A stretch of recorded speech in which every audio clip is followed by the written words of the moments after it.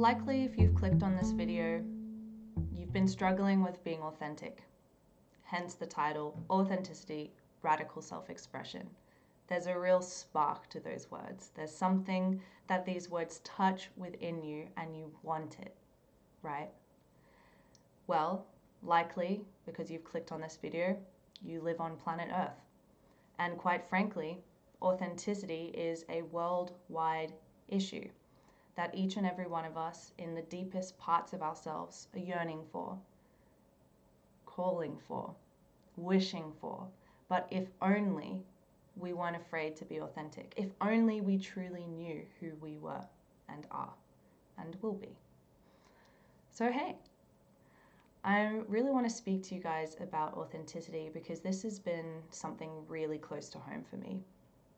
Since I was young, I've really always had this sort of facade, let's say, of, oh, Sophie, she knows who she is. She's confident, she's creative, she's a go-getter, total golden child, total perfectionist, total people pleaser. But let's not talk about that, right? Because it looks like she's authentic.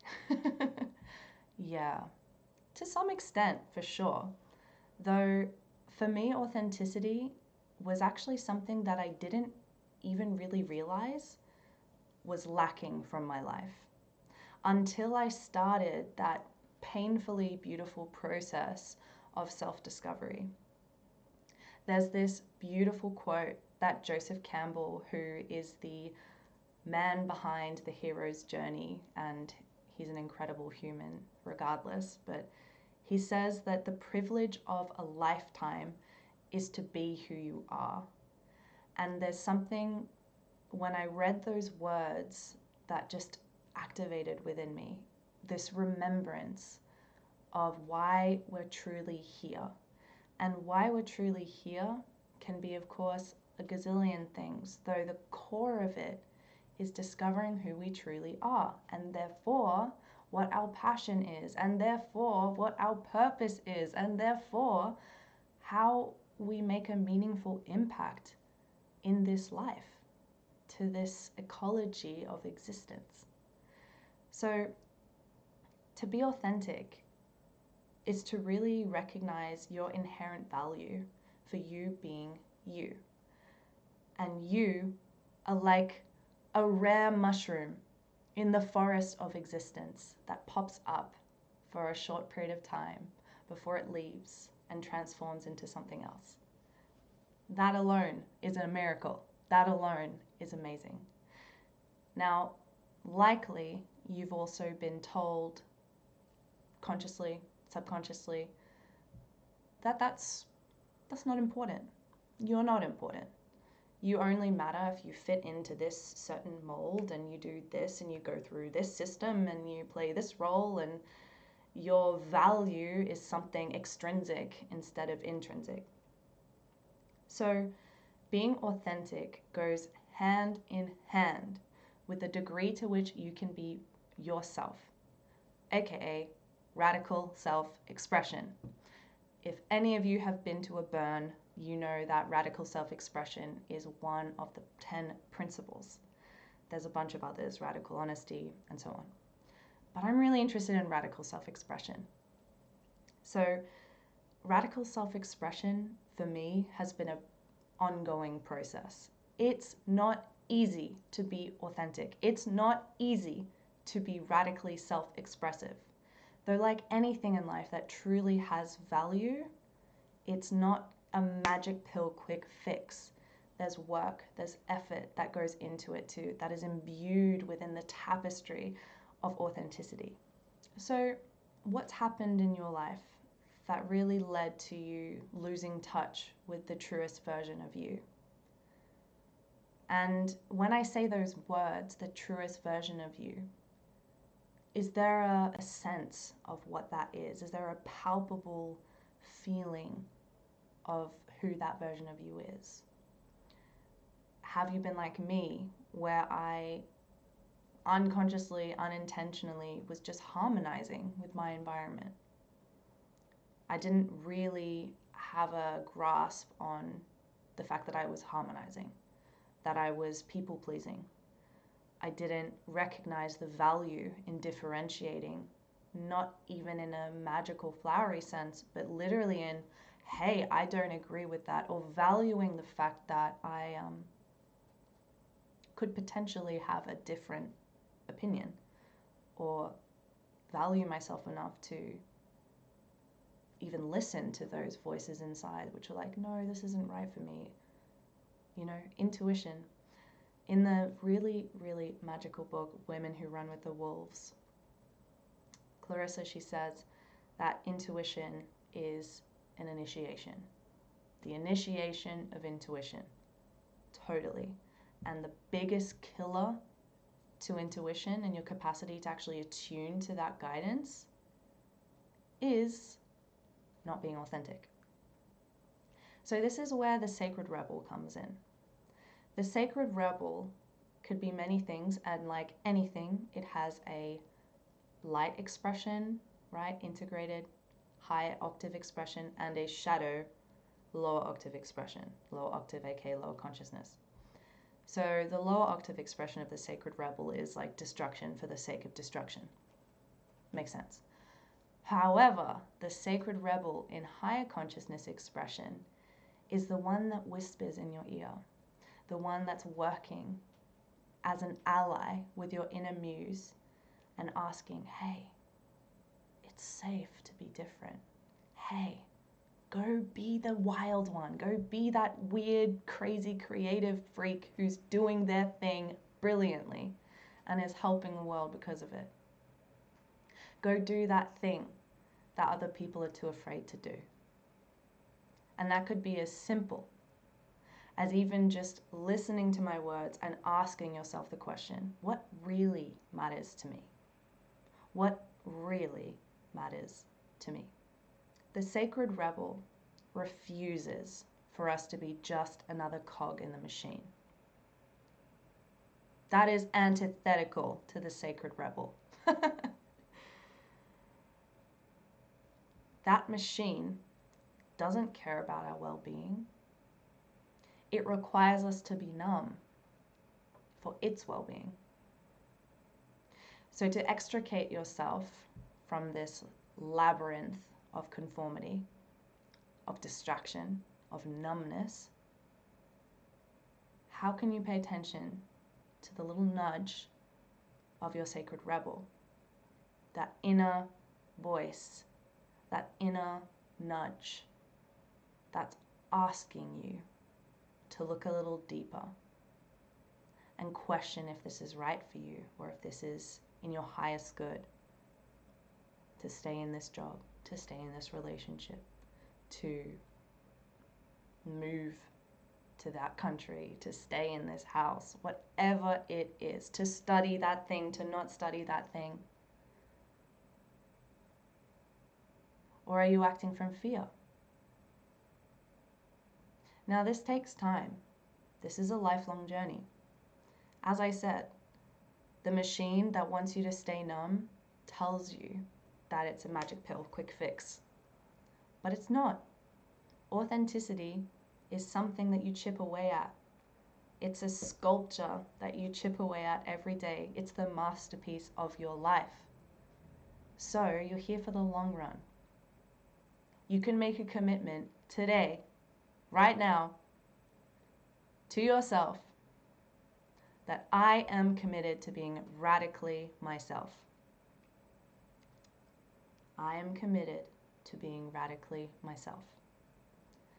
And your true self is benevolent, is creative. Your true self is an artist, no matter whether that art form is painting, permaculture, mathematics, whatever it is. Your authentic self has its own art form, and it's so excited to share that with the world. As I said, you're a unique mushroom that pops up for a short time, and there's no other mushroom that's like you. You're amazing. You're an amazing mushroom. You can be a psychedelic one if you want to. What I really want to hit home here is that it takes courage to be authentic. It takes courage to be radically self-expressive. It's easy to let things slide. It's easy to conform. It's easy to go along with the socially conditioned programs. It's hard to accept that there are socially conditioned programs that have programmed you. That's really hard because that takes work to disentangle. But it's also the kind of responsibility that reaps a really lot of rewards. The difference between a life that is really meaningful for you or a life that you feel stuck and small in is authenticity, whether or not you embody it. Being authentic prevents fakeness. Now, likely, because I know that you live on planet Earth, as we've established, you've experienced fakeness. And as you probably know, fakeness leads to a big energy drain. Just like how if you water a fake plant, that thing's not going to grow. It's pointless. So watering fake life, a fake persona, fake friends, a fake path, it's not going to grow. It's pointless, right? So treat tending to the plant, the flower of your authenticity seriously.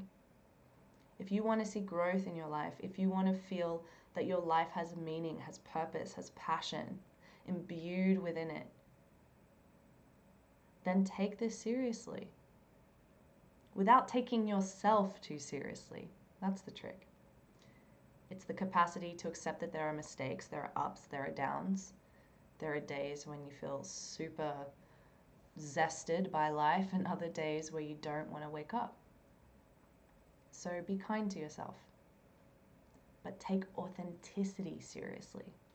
So seriously that you can stand up and say, no, this isn't for me anymore. Even though I've invested 10 years in this thing, it's not for me anymore. Ooh, courageous. Go you. Another thing is that being authentic is literally telling your subconscious mind, which is responsible for like 95% of what you experience in reality. Your conscious mind is like 5%. Subconscious mind's big impact. So you aligning to authenticity is you telling the subconscious that you're ready to magnetize to you and to align to your soul-aligned life. The life that it was truly meant for you, not in a lofty, far-off, like floaty kind of way, but in the real, embodied, grounded, mind, body, heart, coherence kind of way, where you mean what you say and you say what you mean, where you don't feel like there's just something off and it just feels like you're kind of shutting off that guidance, which is saying like, hello, wake up. Honor your life. Honor your true self. Honor the sacred rebel. Honor your inner muse. Create the masterpiece of your life. So the first step in how to do that is as simple as getting out a journal or a pen or a piece of paper with a pen and asking yourself this question. You can go into another question, but let's start with this one. What do I really want to get out of life? That's the question. What do I really want to get out of life? You can answer that. Stream of consciousness, right? You're not perfecting, you're just letting it come out. And to whatever answer comes through, maintaining that question in your head, what do I really want to get out of life? Ask yourself, okay, here's my answer. Why? Why do I really want to get that out of life? For example, what do I really want to get out of life? I really want to get joy out of life. I want to be truly joyous. Okay, why? Or maybe it's, I want to be super rich. Why? I want to be famous. Okay, why? And what you'll be drawn to are clues towards what is intrinsically motivating you versus what is extrinsically motivating you. So I realized in my life that pretty much everything that I was striving towards was because I was motivated by something extrinsic, outside of myself. I was motivated by the promise of some kind of external reward, be that validation, approval, a high grade, a something material that would reflect some sort of value. Though I can tell you that it didn't actually make me feel fulfilled, or I didn't feel more myself because this sort of validation or high grade or whatever it was came through. So an intrinsic motivation, however, is something that you yourself inside of you feel truly delighted by to pursue. If you're intrinsically motivated, let's say with health, you're intrinsically motivated because you want to honor your health and your life and live the longest that you can, to be the most of service that you can to this world, and health is a primary factor of that. And extrinsic motivation is you want to get validation from people that you look hot. I mean, I'm not saying either one is good or bad. One, however, leads to more sustainable results than the other. After I went through this wave of extrinsic motivation, my sacred rebel, because I wasn't honoring her, destroyed everything. I lost touch with any kind of semblance of, yeah, I'm where I'm supposed to be. My life is great. I feel nourished, resourced. I feel aligned. No, it was just rebelling against everything. Rebelling against structure, rebelling against time, rebelling against clarity, rebelling against decisiveness. Everything got rebelled against.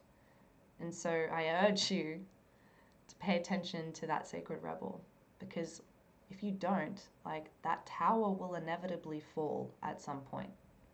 And maybe it won't be for another 10, 20, 30, 40 years. But if you have built up your life on rickety foundations of fakeness, that tower will simply fall at some point. I'm not saying this to scare you. I'm saying this to inspire you to start taking those baby steps, those meaningful baby steps towards discovering and embodying and embracing and honoring and nourishing your true you. Sounds great, right? Well, to ensure that it doesn't just sound great and that it is great, go ahead and answer that question that I stated before. And if you're feeling really inspired, answer this question too. What would my life look like if I prioritized authenticity? And flow with that. See where it takes you. I really want you to be living from your soul. You are not easy to control when you live from your soul. You are actually going to be one of those people who's a bright light in a dark place, who can create real, meaningful impact in this world. And if you haven't noticed, we need that. We really, really need that. And so, by extension, we really need you. The authentic, radically self-expressive you.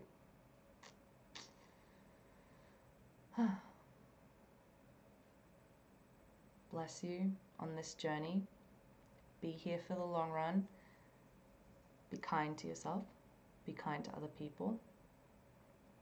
Do things which nurture and nourish your inner muse, your source of inspiration, and be with yourself.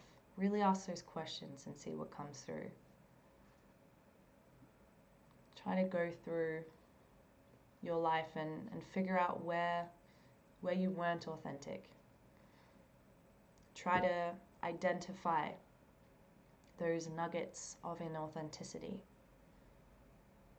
so you can start to create a list in your mind at least, or have some kind of idea of the energy of what you want to move away from.